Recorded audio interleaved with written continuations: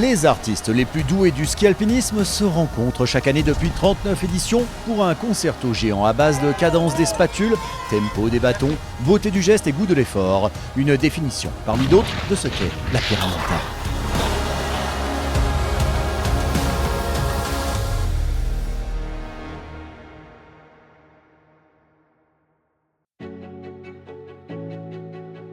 Ça va se lever un petit peu, c'est juste pour que ça fasse joli pour les images. Là, on met une petite couche de blanc et après, c'est parti.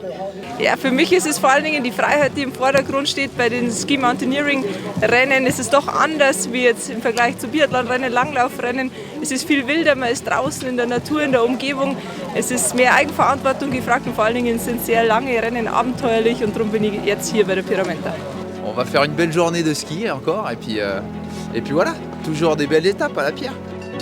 La neige comme les athlètes sont de retour à travers Arèche pour l'étape 2 sur 4.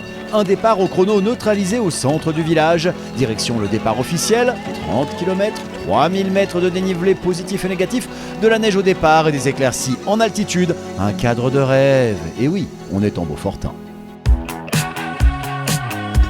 D'entrée de jeu, Xavier Gachet et William Bombardion prennent les commandes devant Matteo Jacquemot et Samuel Eki, suivi d'Anselme Damevin et Nadir Maguet. La course à la victoire prend cash en élite homme. En élite dame, Lorna Bonnel et Axel Mollaret continuent leur cavalière seule et aggravent même l'écart d'entrée. Les reines de la pierre, ce sont elles.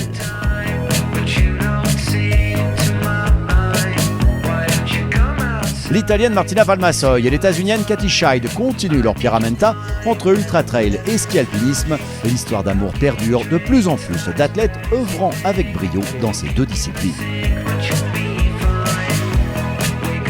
La vie est belle quand on mène, ouvrir le bal est toujours un bon signe, ne pas sentir le souffle de ses poursuivants dans la nuque aussi.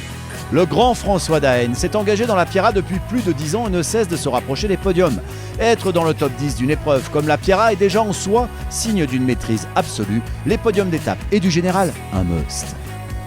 Il y a des moments où les images vous époustouflent à travers les écrans, comme aujourd'hui. Cette session vidéo du jour permet aussi aux équipes de tête de revoir les paysages traversés, des binômes bien trop souvent concentrés sur la trace, les reliefs et leurs partenaires qui n'ont que peu d'instants de contemplation.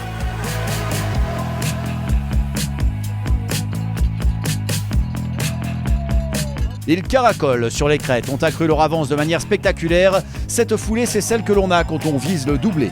Les champions en titre qui, malgré un calendrier sportif chargé, semblent comme ski alpiniser les cimes avec une habileté hors pair. Au col de la Forcle, les cloches résonnent, le public ne va cesser de se densifier au fil des étapes. Ça aussi, c'est la Pyramenta. L'ordre des meneurs ne change pas, seuls les écarts vont changer. Tout est encore possible dans le top 5 hommes élite. Même se faire plaisir dans l'effort si l'on en croit les sourires affichés par toutes les élites du ski alpi contemporain.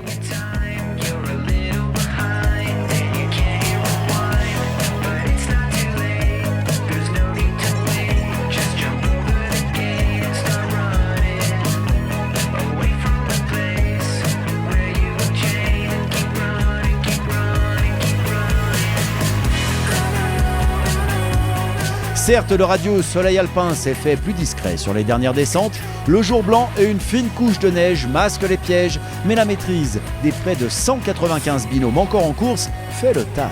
Cette étape a peut-être été décisive. La meilleure équipe élite fille a masterisé la concurrence. Les champions en titre ont creusé un certain écart, voire un écart certain. Mais on le sait, tant que l'arche d'arrivée n'est pas franchie, rien n'est fait, rien n'étant impossible sur la Pyramenta. L'étape 3 sur 4 arrive prochainement pour vous faire toujours plus plaisir aux yeux.